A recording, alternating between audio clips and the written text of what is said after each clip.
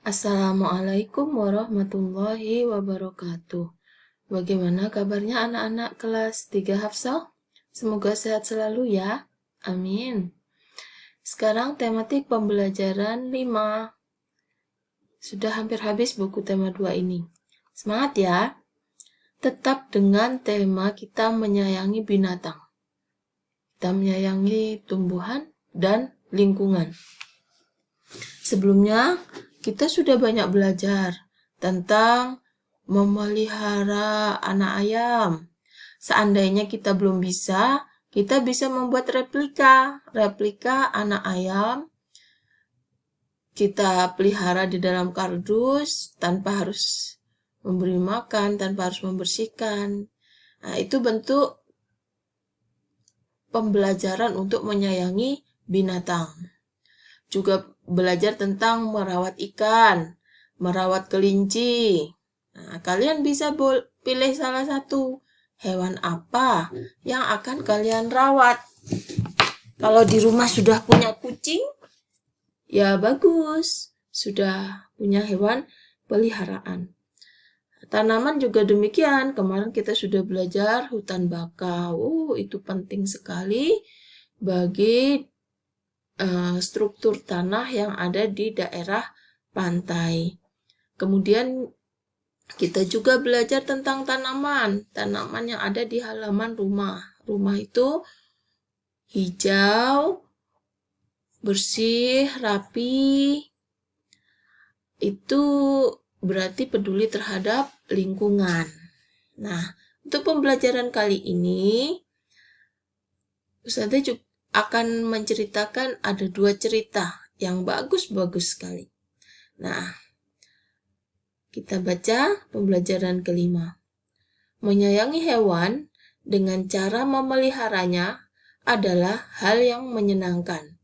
Hewan juga bisa dilatih untuk bisa melakukan berbagai kegiatan, seperti berbaris, mengendarai sepeda, dan menari. Kita dapat melihat hewan-hewan yang terlatih itu dalam sebuah pertunjukan sirkus. Tidak hanya hewan jinak, hewan buas pun dilatih agar bisa ikut pertunjukan. Dalam sebuah kelompok sirkus, hewan-hewan dilatih dan dirawat dengan baik. Selain dilatih, hewan-hewan tersebut juga diberi makanan dan dibersihkan badannya dengan teratur. Para pelatih sangat menyayangi hewan-hewan asuhannya. Apakah kamu pernah melatih hewan peliharaanmu? Nah, kalau kucing itu bisa dilatih. Kamu ambil tali, ditalikan pada sebuah kayu atau lidi, kemudian digerak-gerakkan, nanti dia akan mengejar benang-benang atau tali-tali, pita-pita yang kamu gerakkan. Kamu bisa melatih kucing. Nah, ini dilatih berdiri, dilatih loncat lingkaran api, kemudian ini juga naik sepeda motor. Nah, begini ya anak-anak, ada cerita tentang sirkus. Suatu hari memang sedang krisis ya, ada taman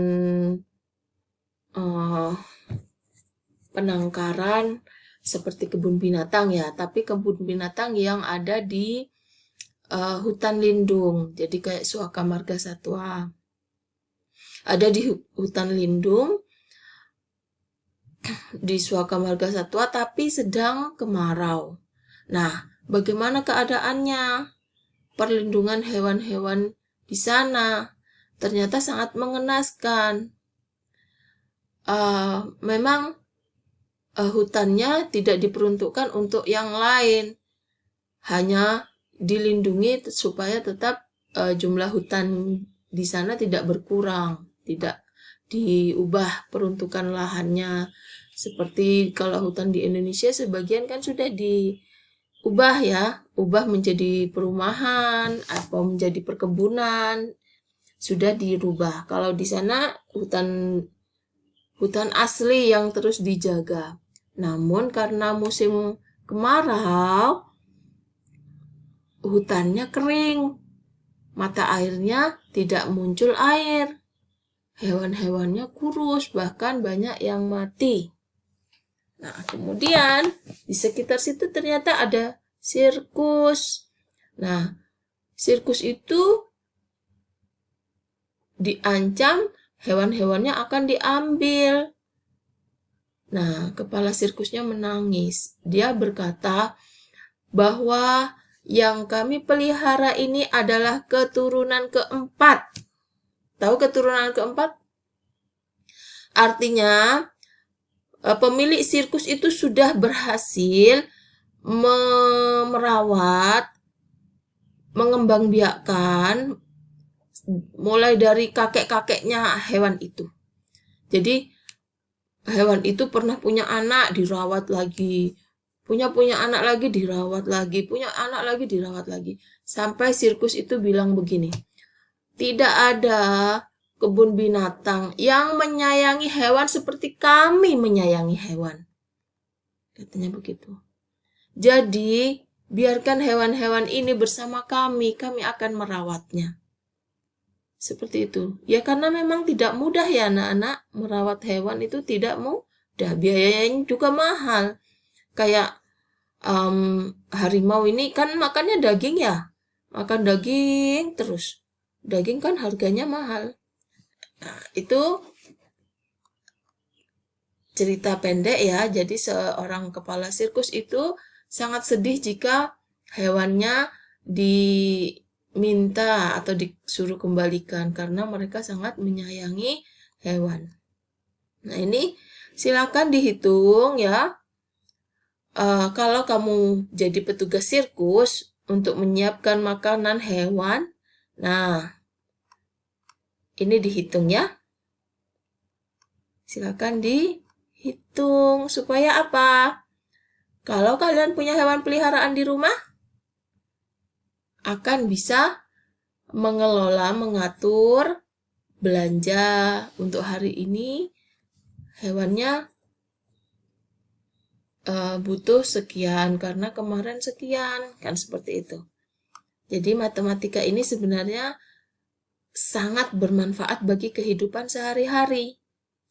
Bisa untuk prinsip keadilan, bisa untuk prinsip kejujuran, bisa untuk prinsip perencanaan. Perencanaan hari ini aku harus belanja tidak lebih dari sekian karena masih ada hari esok. Misalkan seperti itu. Itu perencanaan bisa dibantu dengan kemampuan matematika. Nah, ini juga ditulis ya, dikerjakan. Nah, kita diskusi sekarang. Dalam pertunjukan sirkus, kita dapat menemukan berbagai orang dengan peran dan tugas yang berbeda-beda. Ada yang melatih hewan, ada yang mempersiapkan tenda, mengangkat barang-barang, mempercantik penampilan panggung. Ada juga yang menjaga tiketnya. Ada pelatih yang bertugas untuk melatih hewan-hewan agar dapat tampil dengan baik. Ada petugas sirkus yang bertugas untuk menyiapkan tempat pertunjukan. Ada juga pegawai yang bertugas untuk menjual tiket. Ada pembagian tugas yang dilakukan untuk mempermudah suatu pekerjaan. Pernahkah kamu berbagi tugas dengan teman-temanmu saat mengerjakan tugas di sekolah?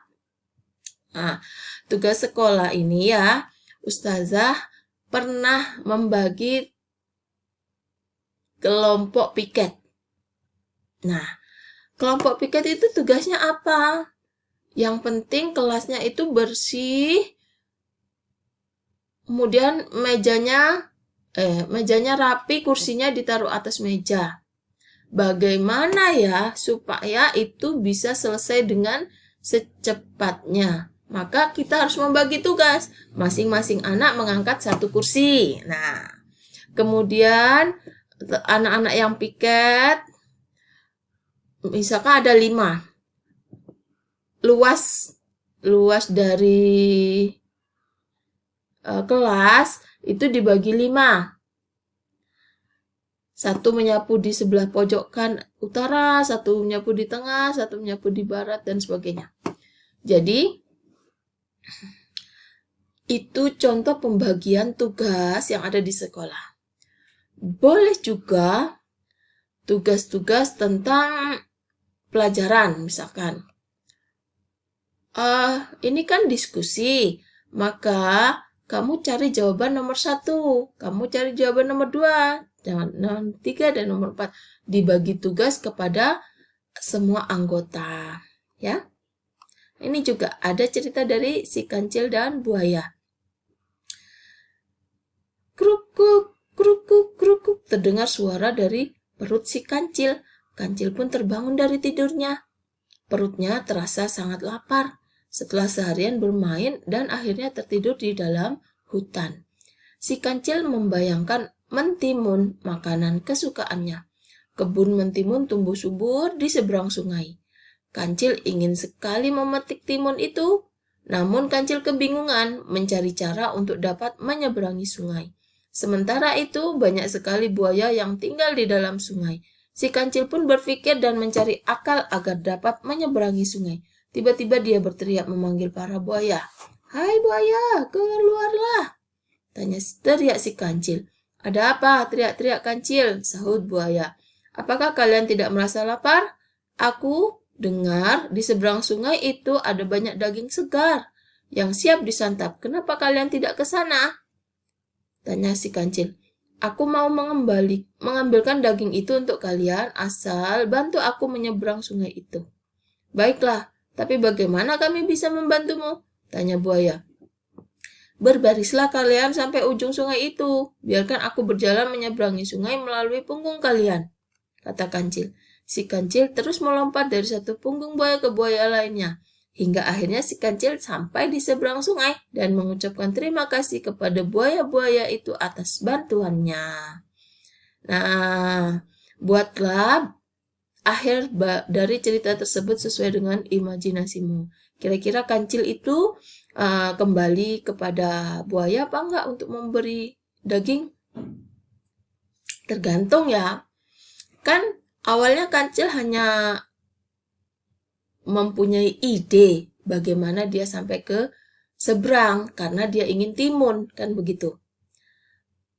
Tapi kalau ternyata di sana juga tersedia daging, ya dia akan kembali. Karena apa? Kancil tidak makan daging, kan gitu ya.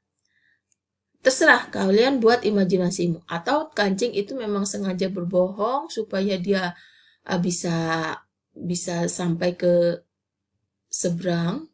Terserah kalian ya, silakan. Nah, ini sebutkan tokoh yang ada dalam cerita dongeng dan sifatnya. Setelah membaca dongeng, cobalah kalian memainkan peran tentang dongeng tersebut. Tulislah rencana bermain peran pada tempat berikut. Nah, apa maksudnya? Kalian juga bisa bermain peran. Nanti Ustazah juga ingin mengajari di antara kalian berkisah, karena kakak Siva ya itu sudah kelas 6. Nanti kalau ada lomba-lomba berkisah lagi, siapa dong yang akan ikut lomba? Nah, kalian berlatih berkisah ya. Nanti kisahnya yang paling bagus, Ustazah kasih kisah-kisah yang lain supaya berlatih. Dah, Ustazah akhiri. Assalamualaikum warahmatullahi wabarakatuh.